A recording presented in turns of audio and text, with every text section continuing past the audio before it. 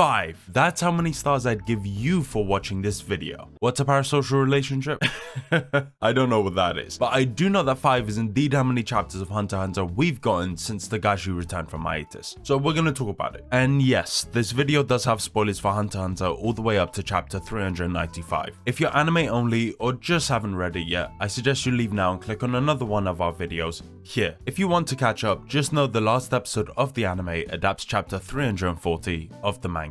But before you do that, please remember to subscribe to the channel and come back to this video once you do catch up, as it really does help us out. Now, just for clarity's sake, I am going to summarize where we left off in the manga just to make sure we're all on the same page. So let's do that.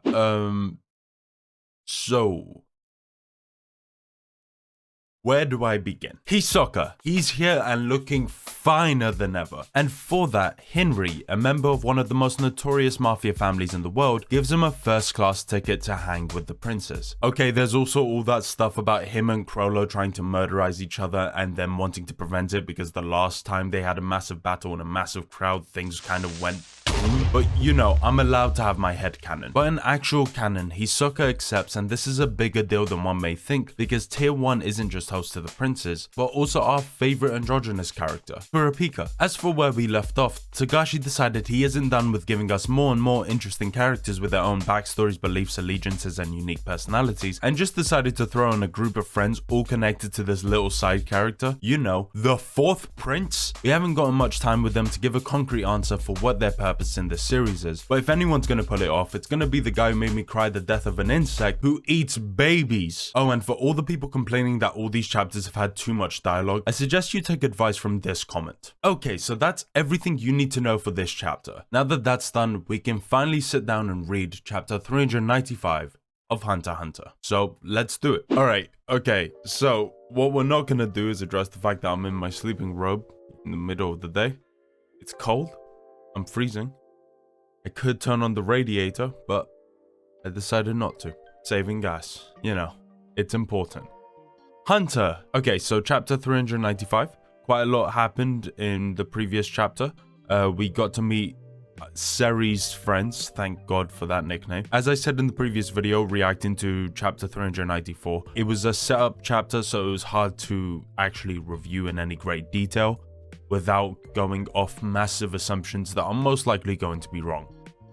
Now, that being said, let's assume some more of what's going to happen in chapter 395. If I'm wrong, I'll just delete this part. I'm immediately wrong. Immediately. Okay, we're with Henry. So, you filled the troop in on the hidden floor, of course. When I asked them how they intended to deal with it, they said that it didn't matter if there's a trap. Yo, okay. Yo, they look so cool. Come on. Man, I love how intimidating they are. That guy with the moon scar you killed, he was just a novice high on his newfound power, right? But the state of this place makes me think they know their stuff. So why did they send a rookie to confront us? A scapegoat play, sacrificing him to make sure the others stay on their toes. To me, this is a setup for they're missing the more obvious answer, which is post-nen mortem. His sacrifice came for the sake of increased power in the places where he installed his nen. They're just like us. Losing a big comrade has a big impact on them. You're stretching it. We're nothing alike. We don't let rookies in, and we don't want to destroy the world. That's so? We used to, in the beginning. Fueled by despair and anger, we were searching for a purpose. Are we gonna get a flashback? Yo, okay, so we're in Meteor City, I believe. Frankenstein, gun guy, Shaunark, and I'm pretty sure that's Crollo. God damn, Uvo's got a great haircut. What the hell is that haircut? Jesus Christ. The people of Meteor City have no social status. Officially, they do not exist. This made them prime targets for nefarious individuals. Hundreds died every year before the city gained protection in exchange for providing recruits for the mob. 70% of those casualties were children under 15. God damn. As the partnership unfolded, Meteor City's elders developed nen powers and the law of retribution was established. Only life can pay for life. We'll accept anything you leave here, but don't ever take anything away from us. The spiders were just learning to crawl by the time the city of the fearful became the city of the feared. Yo, I thought it might be you, Paku. Wait, isn't that? Yeah, it is. Speaking of androgynous, he's so cute. No, Chrollo should not be this cute. The guy is an insane man. A very attractive insane man, but still an insane man. That's something to keep in mind. The cleanup rangers are popular all over the world, kind of like the Power Rangers. However, a middle guy looking a little magical clown who creeps on a certain demographic age-wise that is inappropriate. Probably just a coincidence. Exactly. I love you, Paku.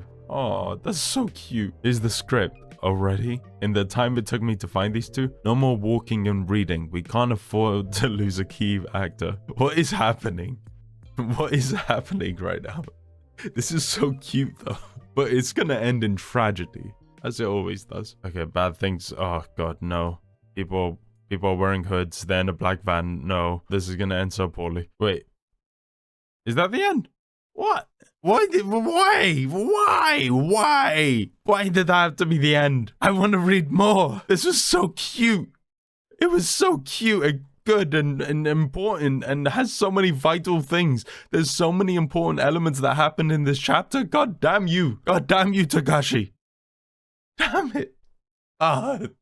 It's so good though. Okay, so where do I start? First of all, this tells us so much about who Chrollo is as an individual. A lot of it we already knew, but it just sort of confirms that that's who he's always been. And it tells us to what extent he would go through to keep that knowledge. You know, his Nen ability in itself is already a display of that. The ability to take other people's Nen and then use it for his own. That requires so much intelligence, that requires the ability to adapt and understand and analyze everything around you in the moments of like mere seconds. It's so good, so interesting. And I know this is going to end terribly. I know it's going to be a really bad time for everyone. I'm starting to think that this hunter thing is a good show. This is once again another setup. But the thing is that this gets away with it a lot more because it's set up and payoff to, oh my god, we've all been wanting to know what the hell the Phantom Troupe are. What have they been from the beginning? And this will tell us so much about it. But still, it is set up to finding out that answer. If there was a criticism, then it would be hard to note because we would have to see how it plays out. It does have me slightly worried because usually when you introduce a character's backstory, you're signifying no longer being a part of that story. Is this an indication for, hey, we're giving you the backstory, we're telling you who these characters are, and slowly we're gonna start ticking down. We're gonna start chopping them out, getting rid of them. And also another thing, this begs the question, are we finally going to get an answer for their side of the story in the Kurtakan? I know they've hinted at it a couple times, but now maybe the final moment where we find out. I don't think it will happen in this string. I think Chrollo and Kurapika need to meet and need to talk, and so Chrollo will tell him. I don't think this will redeem him in any capacity, but I could definitely see it opening up Kurapika's eyes. But also, you know, making him somewhat sympathetic. I don't know. It's just there's so much story beats. This is all leading up to the worst disaster ever. We can all tell, guys, right? But at the same time, it might not. At the same time, it might be okay. Yeah, that's everything. Thanks, guys. Okay, so that's the video. Thank you so much for watching, and if you liked it, please remember to subscribe as we plan on making a lot more Hunter x Hunter related videos. What did you think of this chapter? What are your thoughts on the Phantom Troupe? And who do you think was the cutest as a child? It was definitely Maki, but let me know your thoughts in the comments below. Thanks, guys. Bye.